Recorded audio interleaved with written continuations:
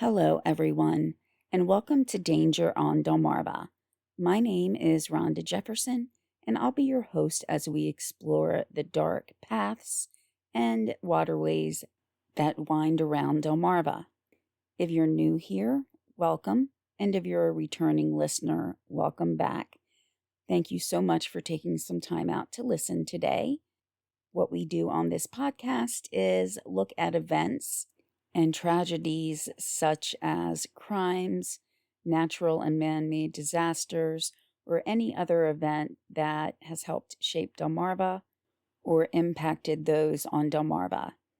Delmarva is a region on the east coast of the United States that encompasses all of Delaware, Maryland to the east of the Chesapeake Bay Bridge, and Virginia to the north of the Chesapeake Bay Bridge Tunnel. I may be a little partial, though, as I've lived on Delmarva my whole life, except when I was away at college. I feel that Delmarva is its own unique piece of America, and I feel that I'm lucky to live here. I'm very fortunate to live on Delmarva, and even though Delmarva encompasses all or parts of 3 different states, it really does feel like a community and that everybody has things in common no matter what part of Delmarva you live on. That's just kind of my personal observations, but I do really think that Delmarva is a wonderful place to live. And I'll mention some of those things that serve to make Delmarva unique. I will mention some of those things when I get to some updates near the end of this episode. Before I start any episode, I do just like to go into a few pieces of information. One is that, as with most episodes of this podcast, we will be dealing with some things that some people may find disturbing or hard to listen to. And I admit there are some instances where I struggled to find ways to describe things and still keep the telling of that information dignified and respectful. So yes, this can definitely be an episode that will be harder to listen to.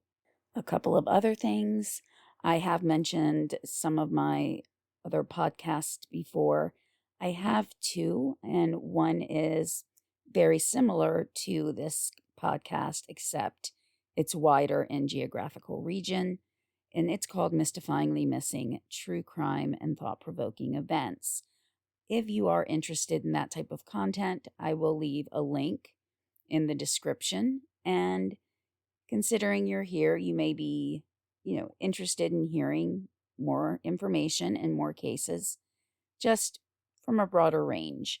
There is a case that I'm going over and reviewing on that podcast that I find very, very interesting. And since I did the first episode and uploaded it, I found a book that I needed on Kindle Unlimited. So, I'll be able to go in there and put a little more information and detail to the episode. And again, I just find it very intriguing. And it goes back to 1930, where a family of 4 was killed on Thanksgiving Eve. Though there was a prime suspect, it still remains unsolved. And looking at it from the year 2022, there are definitely some things that we would find very odd about the handling of the crime scene. So again, I just kind of think this is one of the more interesting cases that I've covered on that podcast. So, again, I will leave the link to the podcast in the description in case you want to check that out. Now, with any of the podcasts, if you subscribe or like or leave a comment, depending on the way you're listening and what that particular app allows, it does help support the podcast by growing the audience with the algorithms that are used to determine, how podcasts are suggested. Also, I've had this particular episode for Danger on Delmarva in mind and all the research and, information written about it, but it was kind of a short story and I wanted an episode to have a little more substance. But I usually have either the TV or other podcasts on while I'm doing things, and I happen to hear this case come up in a very short form, like maybe a 2-minute section, and I just thought maybe that was a sign that it was time to go ahead and record this episode because I do have a couple of updates as well.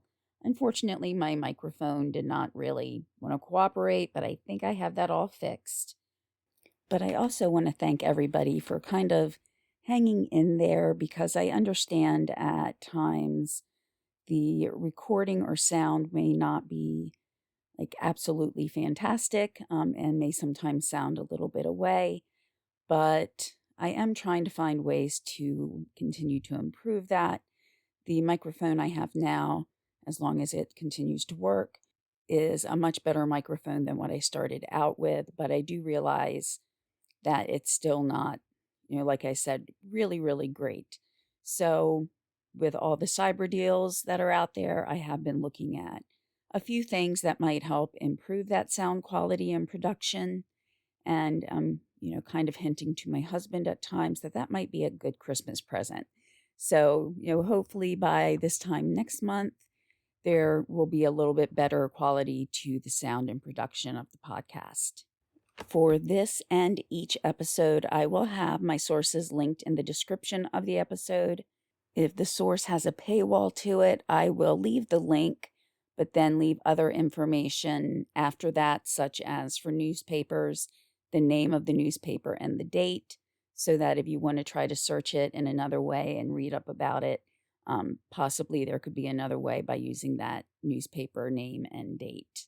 Also, I did mention that the main story today is a little short, and I will have a couple of updates, and I hope that you don't mind if near the end I go a little bit off of Delmarva to the western side of Maryland, just because the incident was very unique to the whole area. With all that being said, let's get into today's episode. You'll see that there's a little bit of a theme going on throughout the episode, and that theme is about animals. Now, I love animals a lot, like so many people, and when it comes to our pets, pets are really a big part of our life. They may meet us at the door when we get home, or as my cat does, sits at the window and looks like he's on a throne reigning over the neighborhood. A dog may come running, wagging his tail, excited to see his family. And there are all different kinds of pets. There are smaller mammals such as gerbils or hamsters, and then other different types of pets such as birds and reptiles. I actually did have a pet bird, or 4 if you want to be exact, but they weren't really your traditional birds either. They were chickens, and while some may not consider chickens a pet, at 6 years old, I considered them my pets. But if I were to try to bring them home or into my home, I'm sure my parents would have had something to say about that. So as we look around at all the different animals that people may keep as pets, we do at times delve into an area where some people may feel that others should not own certain types of pets. The reasons behind that could be varied. It could be that the person doesn't have the appropriate resources or amount of space that's needed to properly take care of the animal. There's also possibilities that they may be still wild animals, and even if raised from a very young age, still keep those natural instincts and can sometimes lead to tragedy. The first example that pops into my mind is actually for a hybrid of a wolf dog that many years ago one of my neighbors had. And while the dog part of it was domesticated, there was still a lot of that natural instinct from the wolf. Unfortunately, this particular case fell into 2 different categories: that the wolf dog was not really suited, at least in many people's opinion, to be kept as a pet. But more so, the owner was not exactly the best owner either and didn't properly care for him. So small animals started to go missing or be found in people's yards dead.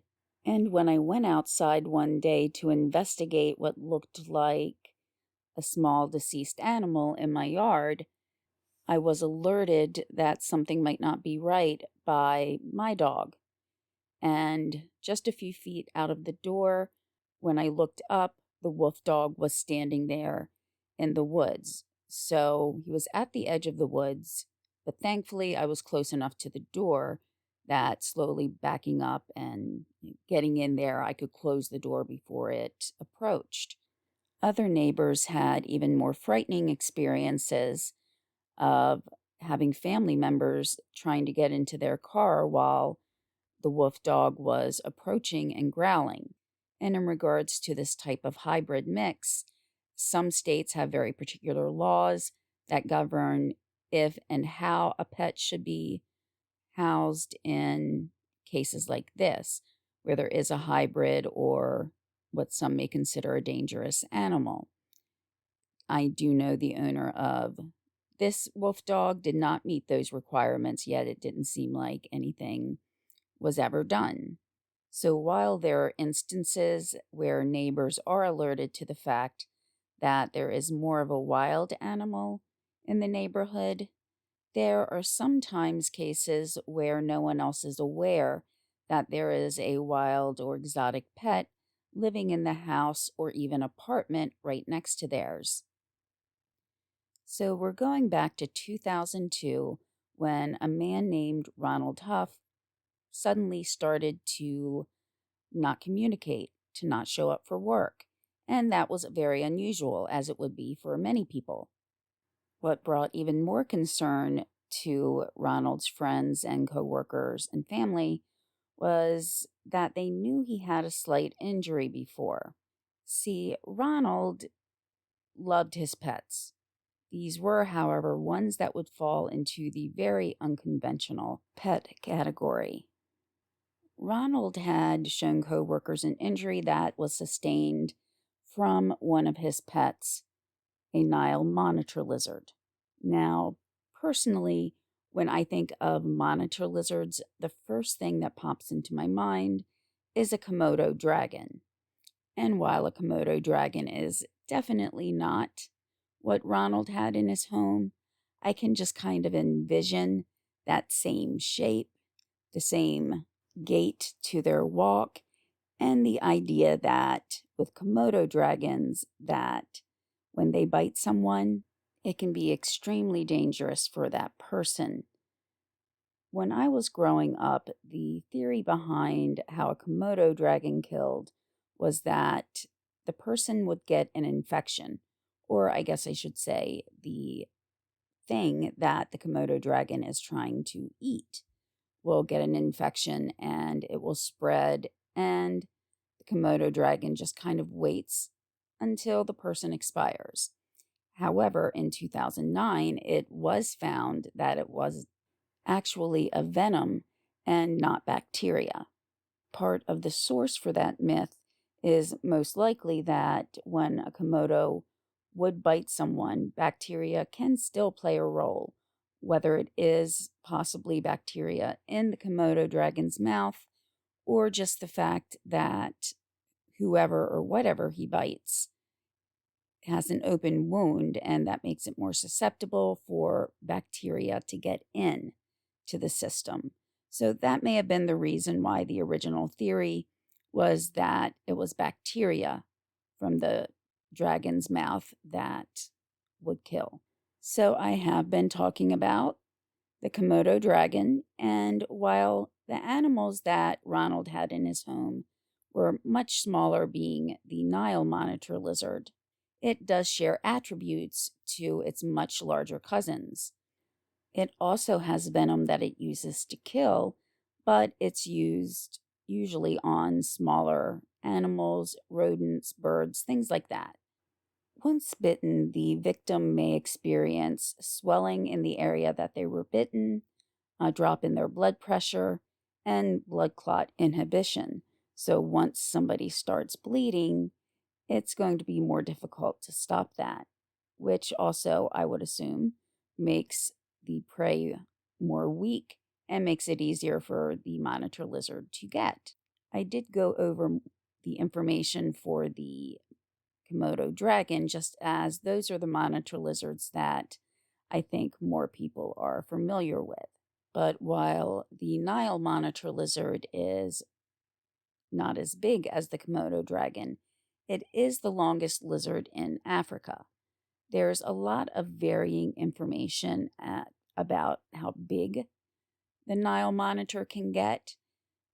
On the small side, they can just be under 4 feet at 3 feet 11 inches and averages up to 7 feet 3 inches. There have been some found that were about 8 feet long. So even though they're not as big as the Komodo, they are still quite large, especially if you see one of these lizards coming at you. But what happens when someone tries to keep one of these non-traditional pets as a pet in an apartment with very little room? Though I have found that many people say that Nile monitors can actually, have a successful time in captivity. They can actually thrive in captivity, but they're not the pets that you want to get down on the floor with and roll around with or play fetch with. That's not going to happen, even if you found or bought a monitor lizard as they were small and really raised it and developed, I guess, to the best of your ability, a relationship with the Nile monitor. It's not going to be friendly all of the time. They can be quite aggressive. So on that fateful day in 2002, police were sent to Ronald's home or apartment to do a welfare check. Anytime officers are dispatched to something like this, there's always the possibility that it could be absolutely nothing is wrong. The person's cell phone just isn't working and they, haven't had a chance to make any other calls. Something like that, down to finding a body, whether the person has died from natural causes, an accident, foul play. It could be any of those reasons. So police officers are trained to pretty much expect everything. No one could have expected what they saw. When they got to the apartment, there was no answer. Yet they heard something moving around inside. So they did want to get in there and do that welfare check instead of just assuming everything was okay. It did take a few minutes at least to gain access to the apartment, with one of Ronald's neighbors standing outside with the police talking to them. When the police opened the door, they were met with a foul stench, which that same neighbor had actually said started to get into their own bathroom, the rambling of many, many feet, and the hissing of many forked tongues. And when I say many, I don't mean the one that Ronald just started out with. I'm talking 7 Nile monitor lizards shuffling around the apartment with Ronald sitting up against the door. So that probably would have been difficult as well, getting in there. But Ronald was no longer alive. And whether he died of an unknown medical condition, an accident, or even venom or infection, we will never know. The autopsy was not able to determine the actual cause of death, and you might be asking why exactly. It's because when the police officers opened the doors and saw the monitor lizards, and they saw the largest one standing there with blood on his chin, by looking at Ronald, The only conclusion that they could really come up with is the lizards were consuming Ronald. As to whether or not Ronald was dead or alive, prior to this, it's not known. One quote that was made to a newspaper by a colleague or former colleague of Ronald's said that police told him that Ronald was alive when the monitor lizard started to feed on him. However, since the cause of death was never established, I don't know if the person misunderstood, or, and this is just a possibility, just a question that I have, is could he have been embellishing some, leaning into the shock value that would come with something like this?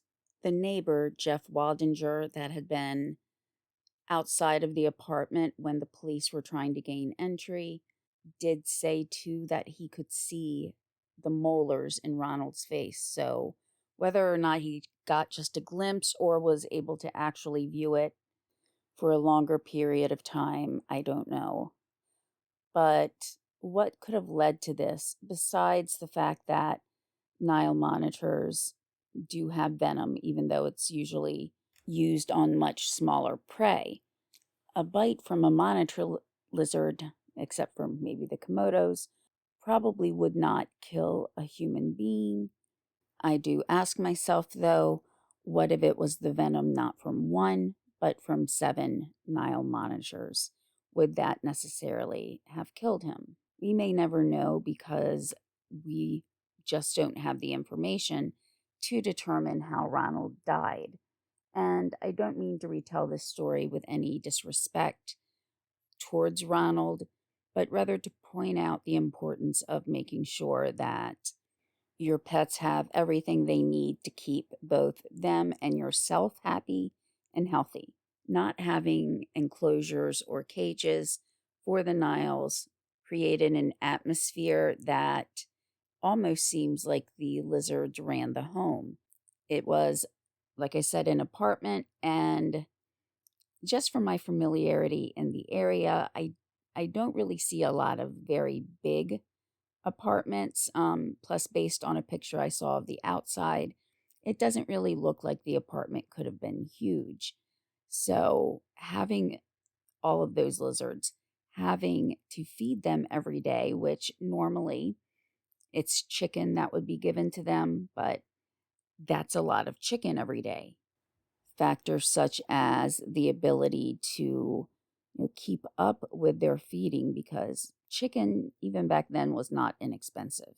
The lizards were also kept inside, while I did read a quote earlier and mentioned that earlier as well, that monitors can actually thrive in captivity.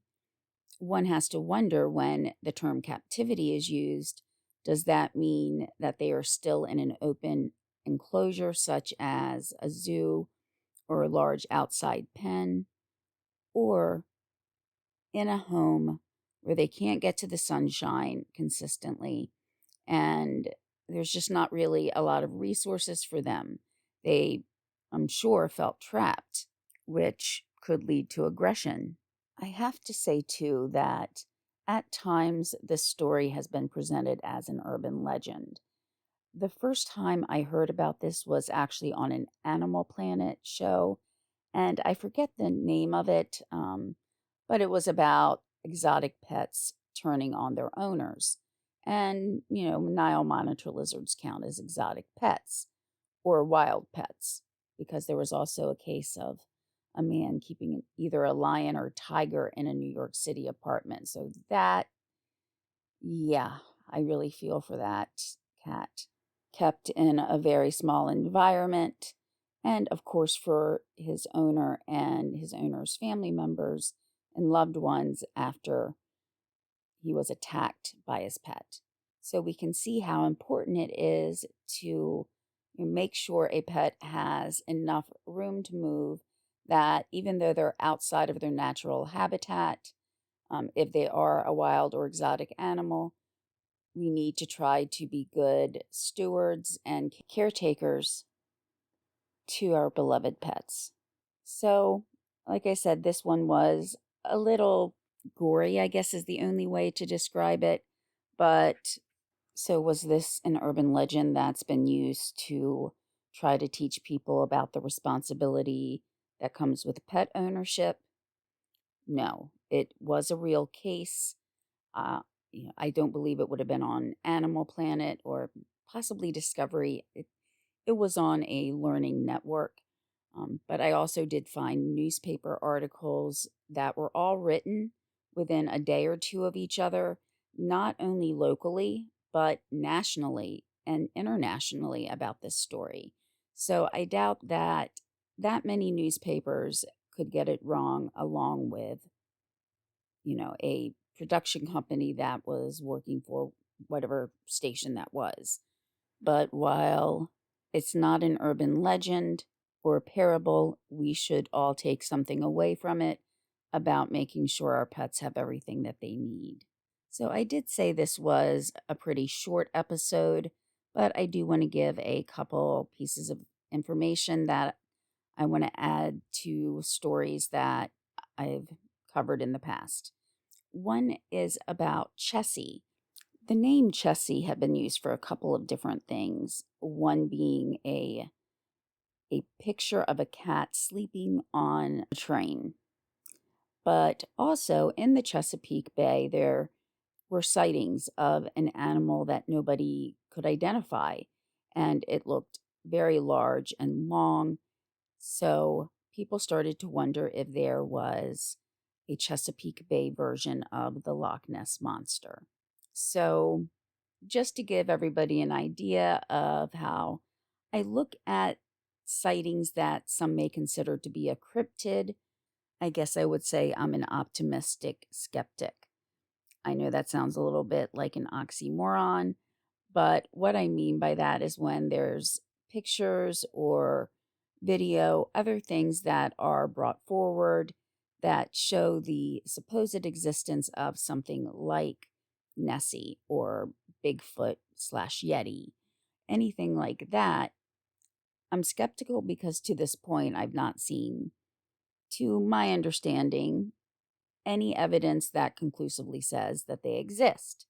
I usually want to go for the simplest answer, otherwise known as Occam's razor, and usually I feel it falls within some natural categories, even if they might be a little outlandish.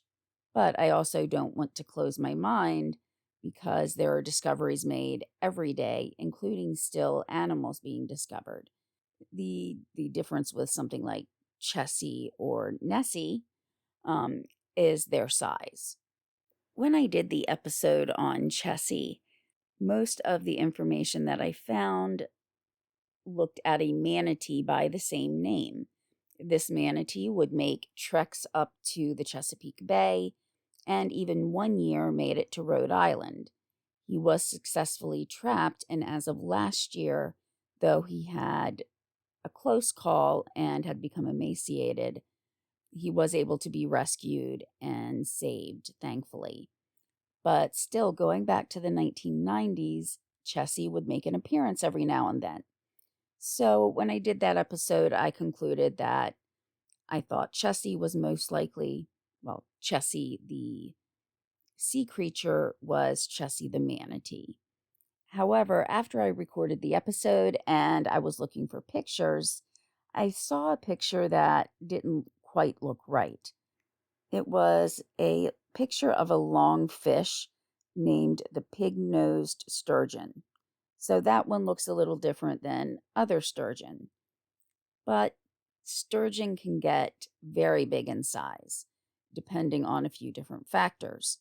In that, one of them is where they live, because in colder climates up north, it takes them longer to mature, but at the same time, they do tend to live longer.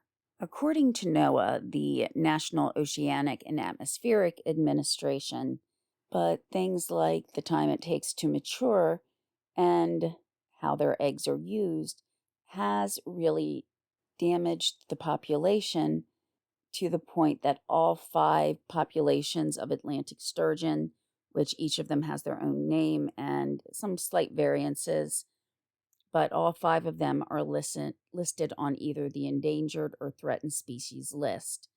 To give you an idea, back in 1887, sturgeon were fished to the point that it was estimated that about 7 million pounds of sturgeon had been fished. In 1905, so about 18 years later, that number had dropped to 20,000. And even further, in 1989, the number dropped to 400. So it might be looking at the numbers and thinking that people aren't, maybe catching them as much anymore or fishing for them.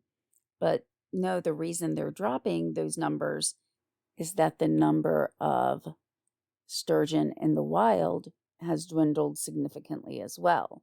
Their eggs were used for caviar, stopping any population growth before there was even a chance that they could be born. And while at times they could lay anywhere between 400,000 and 2 million eggs, when many of them are being taken to use for that, what was considered a delicacy of caviar, as well as the just high amount or number of fish that were caught without replenishment.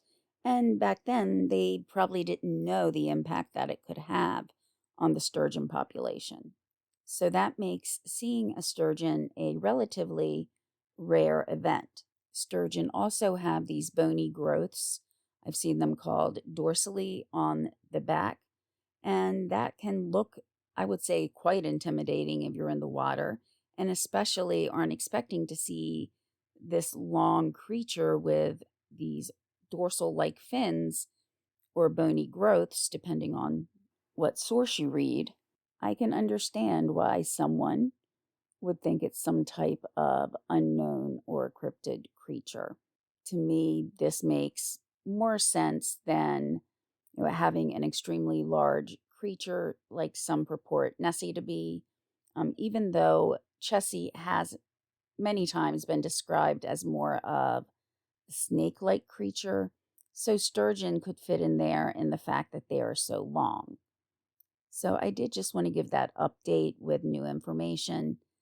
I was really surprised that when searching for Chessie, nothing came up. The picture in question, though, once I started to actually look for images, the one that showed the sturgeon was actually from a sturgeon in Canada.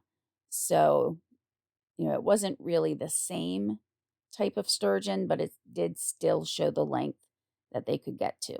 Next is an update about the Assateague ponies. If you've heard me talk before on other episodes regarding animals, you may remember that I have discussed the Assateague ponies before. Unfortunately, last year, a mare named Moonshadow was struck and killed by a car. Her foal, which was subsequently named Moonbeam, was with her, and both were injured. But Moonshadow, the mare, eventually succumbed to her injuries. Now, there are actually 2 separate herds of ponies on Assateague. One is on the Maryland side, and those ponies are highly controlled to keep the herd at around 80 to 100 animals. Contraceptive shots are actually given to keep those numbers down, and they do try to give every mare at least one chance of producing a foal. On the outset, this might seem kind of counterintuitive in the fact that the population isn't growing and we want to make sure that the population is maintained. But I do have to wonder if it's done to help make sure that more animals aren't possibly getting onto the road and being hit, or making sure that other resources such as their natural food supplies stay replenished. So there is a reason why they are limiting the number of births or horses in the herd. But in that particular case, it may be worth it to make sure that all of the herd stays healthy rather than having a large herd without the resources to properly take care of them. So this actually, going back to the story about Ronald Huff, is recognizing the needs of the animal that you're taking care of. The other herd is in Assateague, Virginia, even though sometimes you'll hear them referred to as Chincoteague ponies, because that's a whole different thing on pony penning, which is an event that happens most years. But on the Assateague side, the Chincoteague Volunteer Fire Department is actually the ones in control of the herd. That might seem a little odd, but still kind of go back to pony penning if you want to look up information on that. On the Virginia side, there's not as much interaction with the horses. They're pretty much left to stay in the wild unless something happens and they do need to intervene, such as an injury. But Moonshadow had been hit on the Maryland side, but after consideration and observing Moonbeam, it was determined that her best chance would be going to the Assateague, Virginia side. The explanation was not really clear as to why that was initially thought as the better option, but even once sent there in the company of other horses, she wasn't really able to survive in the wild. So she was taken to a stables named Stony Creek Stables in Pennsylvania that does take care of the Assateague ponies when needed. So Moonbeam will spend her life at Stony Creek Stables with the love and attention that she deserves and being surrounded by other horses. Now, this also then shows the importance of respecting the boundaries of wildlife. When in the wilderness or forests, even if that wilderness is controlled by a park system, it's still important not to approach animals or feed them. While it's very, very tempting to approach an animal, especially, say, a horse if it looks very docile, or some of the deer, it's not in anybody's best interest to do so. Horses or ponies, they've been called both horses and ponies, but they are not used to eating things like apples or carrots, which is something that we see on TV in the movies, that someone will bring one of those items to a horse to snack on. But the horses in Assateague have never had that experience. And to have them eat something that's unusual will really cause issues with their digestive tract. In another instance, though not on the Delmarva Peninsula, but in one of the Carolinas, I had heard some time back that a horse choked on a treat that someone had given to him, an apple, I believe. It also makes any of the wildlife more comfortable around humans. And while some may feel that's, kind of a bonus being able to be so close to nature, it can also make the animal a little more aggressive if they start to like what humans bring. So even if you're not the person who brought something to the animal to eat or interacted with the animal, what it can do is make them complacent or more comfortable around humans, and they're more apt to approach a human. In the case of having a roadway nearby, that can lead to like something that happened with Moonshadow. To tell a personal story on this, probably it had to be over 25 years ago. I know I'm dating myself, but I wanted to go to Chincoteague and Assateague, but my mom didn't want me to go alone. Either I was in my late teens, early 20s possibly, so she said she would ride with me down there. And there's kind of a nature loop that you can drive around. Plus, there are roads to get to beaches that are accessible in the area. So while we're driving, we see this animal that kind of looks like a deer, but not quite. But it's very small, so, it looks very confused as well. At that time, some other people were standing around it, and discussing what to do. And, I kind of asked a question too about, if they'd seen anybody approach it, and just some general things were discussed about what should be done. So we all thought if we see a park ranger, we're going to let them know. And if we don't see one by the time we leave, we'll make sure to stop by the visitor center. So we went up a little further driving, but when we came back, there were people trying to actually interact with the animal. And this may have been, with very good intentions, in the fact that, they might have thought that they needed to feed him because he did look a little thin, or try to get him away from the road. So my mother and I did decide to actively track down a park ranger. And when we did, the ranger was aware of this animal. It was actually a Sika elk, and that's kind of like a small deer. It's not native to the US, it's actually native to Asia. And sometime further back, someone decided to introduce a small number of Sika elk to James Island, which is, in the same vicinity, and a herd grew from that. So again, not a species that is naturally there, but they do have a presence, and everyone wants to make sure that they're taken care of. The ranger did also say there was, I guess they would be called doe elks. I'm not really sure, but one that had just also given birth, and the little orphaned elk was feeding from that deer as well. That deer, I guess the mother, or elk, the motherly instinct kind of kicked in, and she was taking care of her child as well as the other. So at least that little elk was taken care of, but his mother had actually been hit by a car. So the next time you have this really, really big urge to interact with wildlife, it would probably be best not only for yourself, but if it's some type of prey animal, you don't want to put anybody or anything in a situation where they might be harmed, even if it was originally done with good intentions.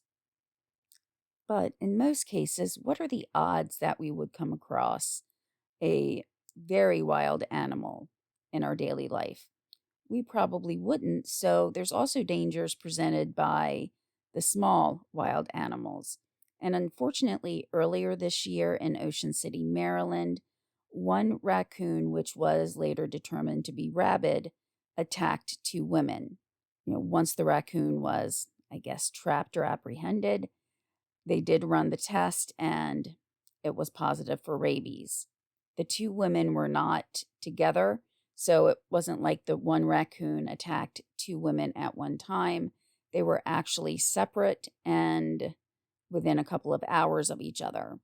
That's also important too, to keep an eye out for any odd behavior, as if you're also walking a pet or outside yourself, you don't want to be complacent and just thinking that, oh, it's a raccoon. And going over a little bit further to Western Maryland, there was actually a bobcat that was positive for rabies. And the only way they caught the bobcat is someone accidentally hit it with their car. So they were able to determine, that it did in fact have rabies. And so we did deviate to Western Maryland for the bobcat attack, but there's another animal that I just want to tell a couple stories about that I read and found really interesting. It is also, again, on the Western Shore, and they were two bear attacks. When you think of Maryland, probably bear attack would be one of the furthest things from your mind, but there have been at least two relatively recent bear attacks that I could find. The first one was pretty severe, and that happened in November of 2016. A woman was at her daughter's house. Her name was Karen Osborne, and she is 63 years old. She was walking near her daughter's house when she was attacked. She was able actually to get a phone call out to 911. So part of her attack was actually heard on the 911 tape. Miss Osborne had some pretty severe injuries.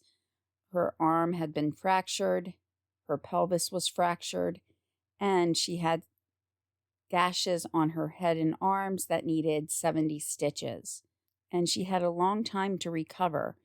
For at least the foreseeable future, she had to have rehabilitation services and 24-hour care. There were some interesting points that were brought up about this case. A black bear expert has found some commonalities when there's usually attacks.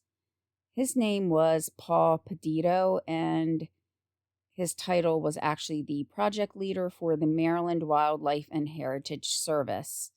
After the attack, he said that he was actually surprised that there hadn't been a bear attack previously in modern Maryland.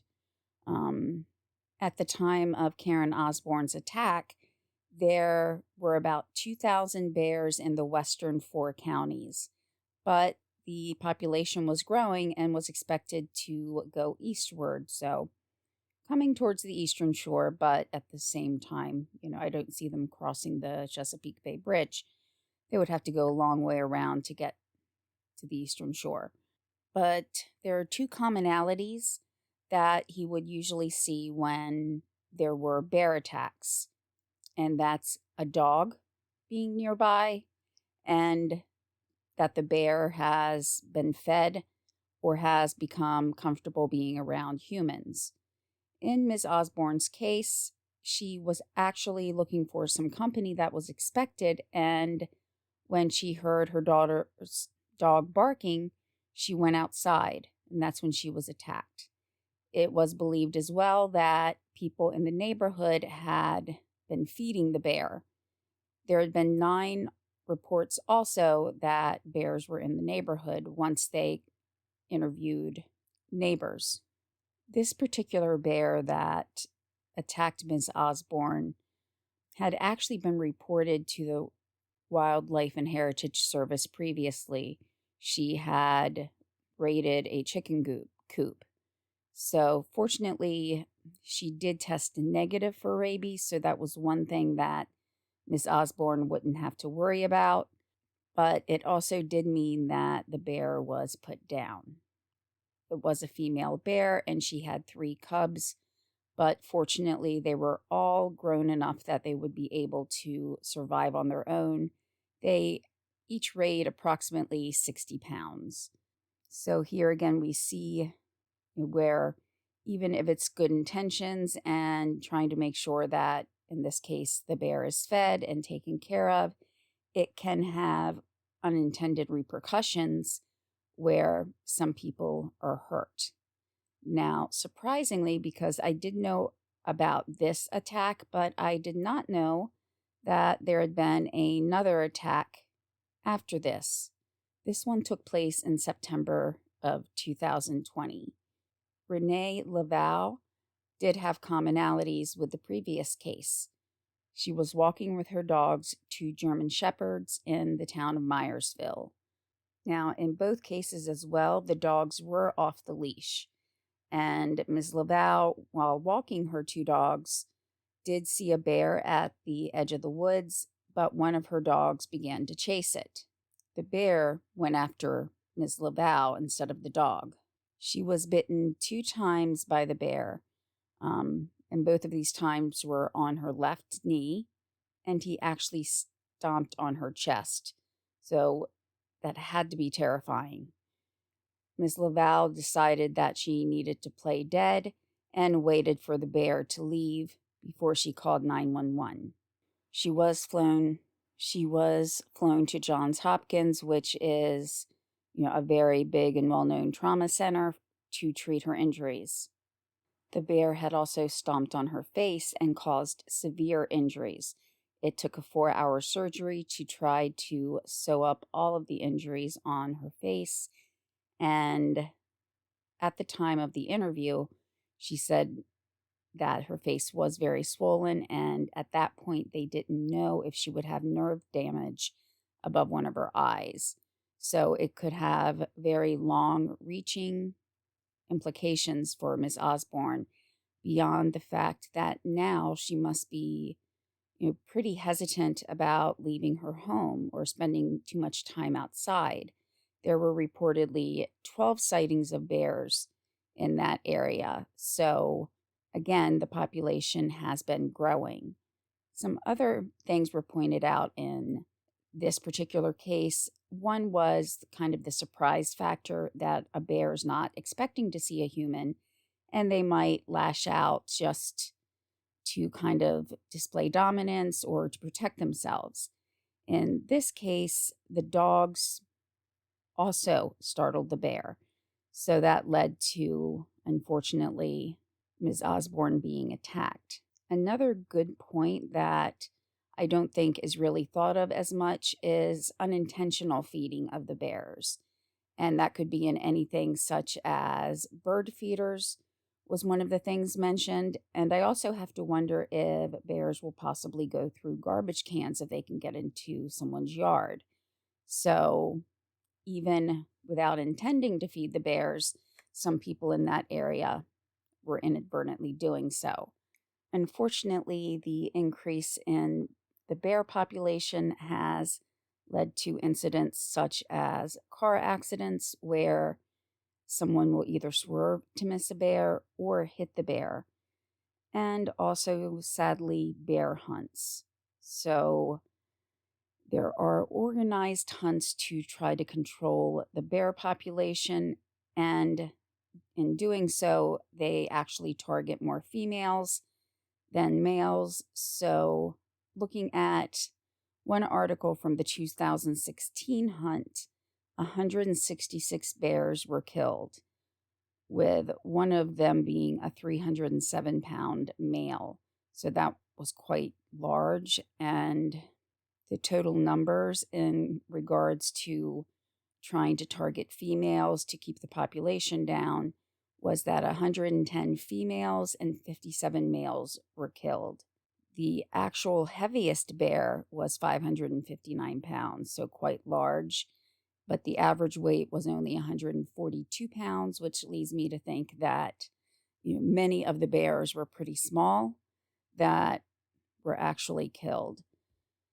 So I do find it sad that bears are being killed because they're encroaching on humans, but at the same time, it was the bears' habitat to begin with. I know that can become pretty controversial or polarizing, so I'm not going to discuss that too much further. But with the fact that hunts are being held and that many bears are being killed does show that there is an increasing population of bears. So everyone, I think we've come to the end of the episode. Thank you for letting me kind of go a little bit off of Delmarva, just because, it, like I said, it's pretty interesting to have it that close to where we are on Delmarva if you live in the area, or just also interested in seeing that the bear population is not just in some of the areas you may automatically think of, like, in the forested western national parks, but closer to the eastern shore as well. If you can, please share this podcast with your friends and family that you think might be interested in this type of content, as well as the Mystifyingly Missing podcast, which, because it's a long name, I'll just call it Mystifyingly Missing. And if you do have a chance, depending on how you listen, please like, subscribe, or leave a comment. That makes it easier for others to try to find the podcast. And lastly, I do have also a PayPal page or link and a Buy Me a Coffee link if anybody would like to donate to the podcast. I do know that times are very tight for everyone. It would just make it a little easier to find or have access to certain content, such as subscription services for archives or newspapers, as well as, when needed, any upgrades to equipment. I'm really my own tech person and doing everything myself, so Admittedly, as far as equipment goes, it's pretty basic just because I've looked at some of the things you can get and thought there's no way I can do all of that. But I am, like I said earlier, making an effort to try to get at least either some software or better like noise absorption equipment, as I don't have any place in the home where I can set up like a dedicated studio. So again, with some cyber deals, I'm hoping to possibly be able to get at least the items that can help, absorb sound and block it out from the microphone. I'd like to thank everybody for tuning in and sticking here until the end. It was a little bit of a different episode, and I know at times it may have covered more history or more scientific aspects. I did want to kind of delve into those a little bit more, but that was really outside of the purview of the podcast, and I wanted to keep it as close to the normal topics that we cover. So just exploring the more scientific or historical aspects when they became relevant to the topic that I was actually discussing. So I hope that everybody has a great rest of your week. We are now entering the last month of 2023, which seems amazing because it just feels like the whole year has flown by. And with each year, my children are getting closer to graduation and making me want to cry. So I hope everybody enjoys the rest of 2022, and I will be talking to you soon. Bye-bye.